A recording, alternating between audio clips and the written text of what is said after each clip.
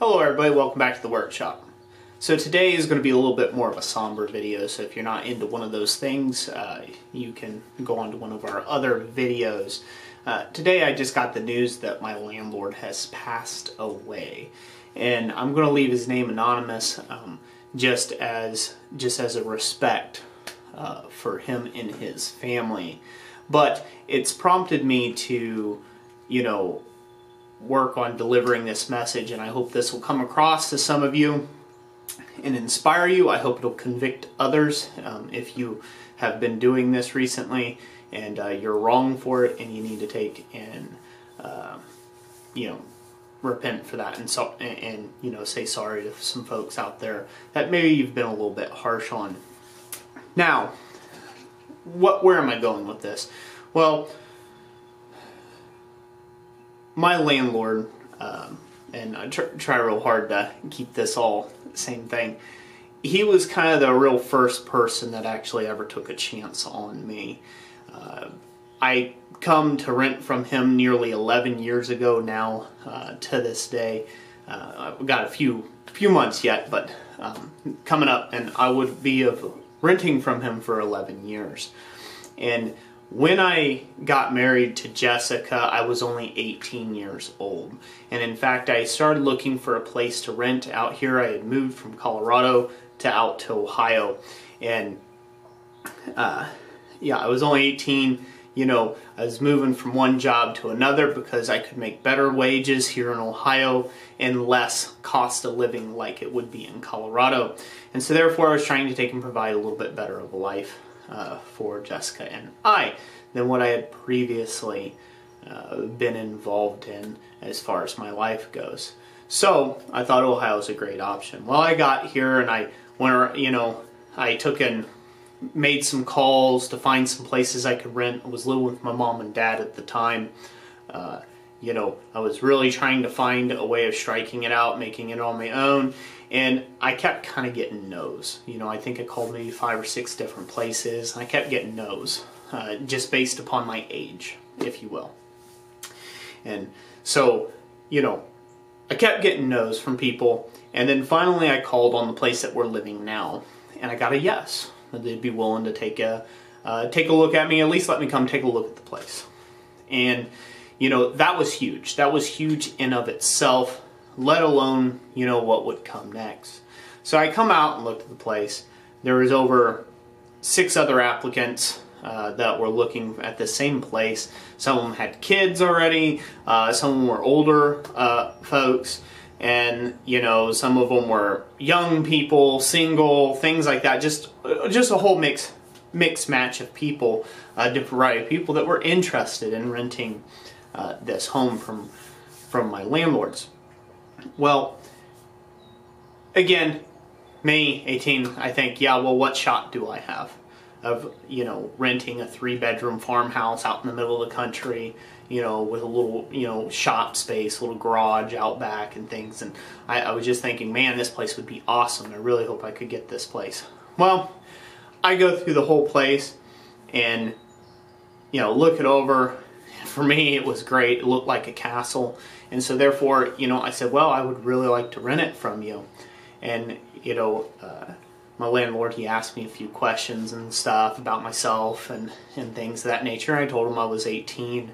I expected him to disqualify me at that, and that I was just about to get married to my wife, and later in that year during the summer in July.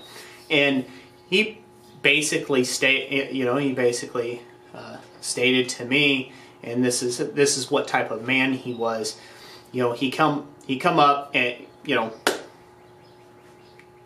go through the whole jargon, and he pretty much just said, "Are you going?" He looked me straight in the eye. He reached out his hand, started shaking my hand. He said, "You're going to pay your rent?"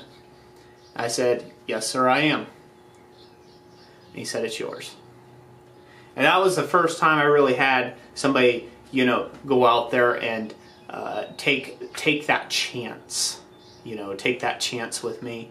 And there's a few other, there's a few other times in life that I could see it, but that one really stuck with me. That one really struck me. And so I took and went, and so I've been renting for 11 years from the same guy. And the point of this video is that your words, they have impact on people. Your actions, they have impact on people. If you're a screen or a keyboard warrior and you're just typing out all your hate and all the things you dislike about yourself out there in life and you're posting it towards other people, I would recommend that and suggest to you that maybe you watch what you say a little more closely, because those things are the difference between somebody being able to be successful in life and somebody not being successful in life. So handle your words very wisely and very carefully. There is a lot of smiths, a lot of YouTube blacksmiths that can be guilty of this from time to time. I as well. I'm guilty of it as myself. So definitely not pointing any blame game fingers or anything like that. But we all have got to remember that we are people first. We are people first. Just because I'm talking through a computer screen to you or a cell phone screen or whatever, and I'm in my own little neck of the world, and maybe we have differing belief points or things like that, you've got to remember that you're still talking to a human being on the other side of the screen. Without my landlord, about said his name again, he means a lot to me. Without him, I wouldn't have been able to even start blacksmithing. It was because he said yes, and it was because he didn't think I was stupid, and it was because he didn't think it was a stupid ideal. He was a blacksmith at one time himself. That he took those chances with me. He allowed me to build my first shop.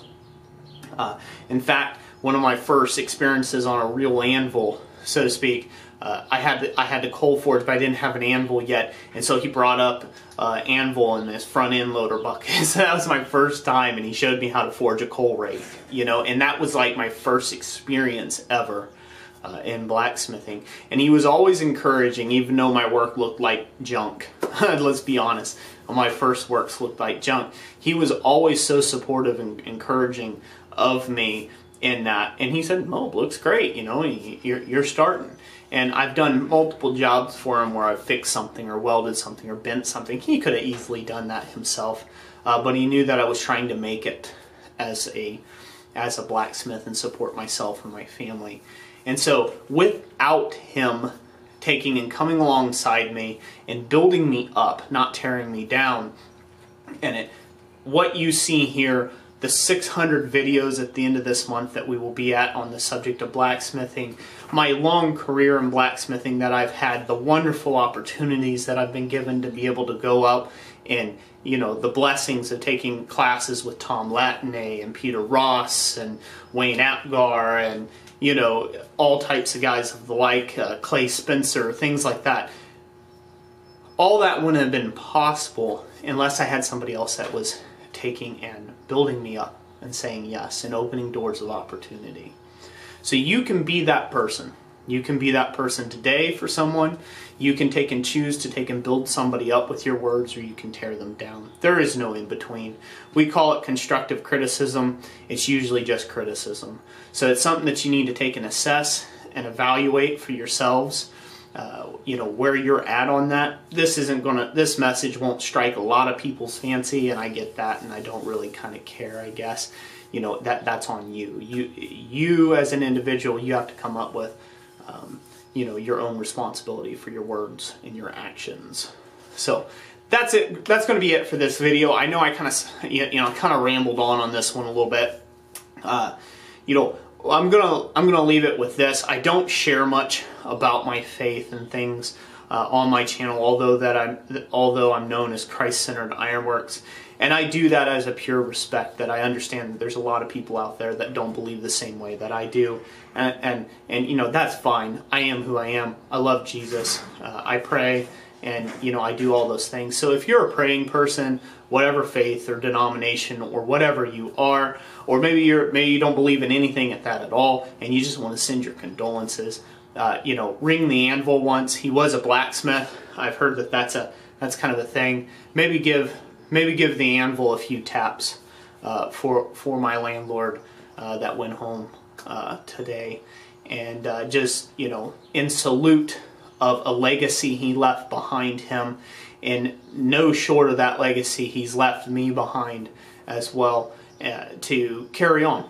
Again, to carry on. He had impact on me as well as hundreds of people in our surrounding community lives over his 80 plus years that he's been here on this earth. So be thinking today how you can take and bless someone else, and how you can take and uplift somebody else's spirits. And if you're a praying sort of person, send a few prayers for his family. And if you're not a praying person, ring that anvil a couple times for him. I greatly appreciate it. So thank you all for watching this video. I know it's a somber one, so I won't say I hope you enjoyed it, but I do hope that it had some sort of impact on you today.